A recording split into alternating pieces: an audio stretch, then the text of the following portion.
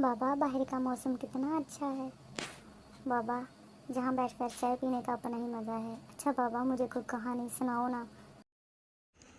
تو اچھا میں آپ کو بیٹا حضرت داؤد علیہ السلام کا قصہ بتاتا ہوں۔ کھیت والا رو رو کر اپنا حال سنا رہا تھا۔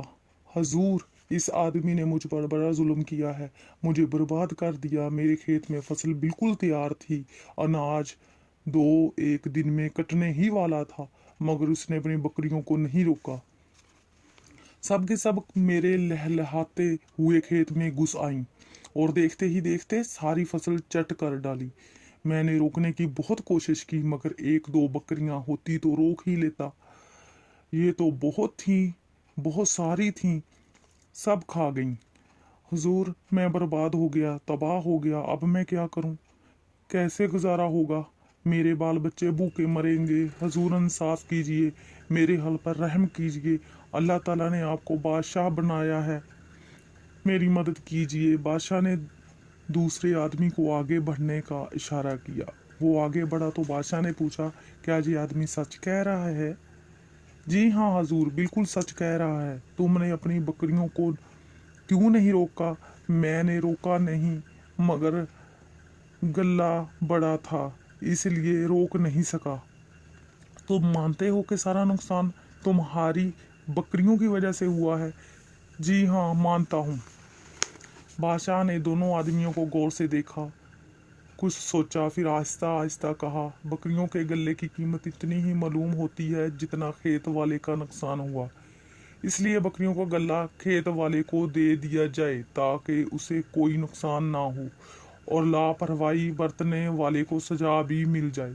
بادشاہ نے یہ فیصلہ سنا کر اس لڑکے کی طرف دیکھا جو اس کے پاس ہی بیٹھا تھا۔ 11-12 برس کا یہ لڑکا بادشاہ کا بیٹا تھا۔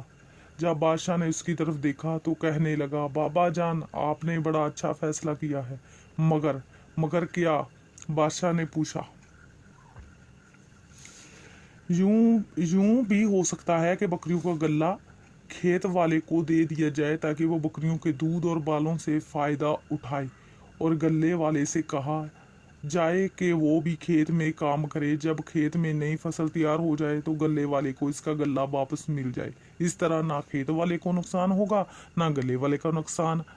بادشاہ کو اپنے ہونہار بیٹے کا یہ فیصلہ بہت پسند آیا۔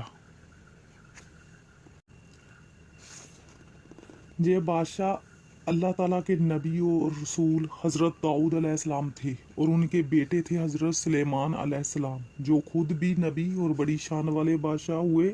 اللہ تعالیٰ نے حضرت داؤد علیہ السلام پر ایک کتاب بھی نازل فرمائی تھی جس کا نام زبور ہے۔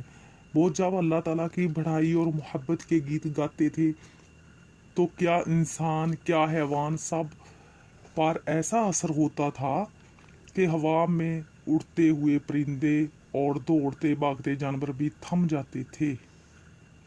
بابا آپ ایسی سٹوریاں کہاں سے سن لیتے ہیں؟ مجھے بہت مزہ آیا آپ کی یہ کہانی سن کے بھی، مجھے بہت اچھا لگا۔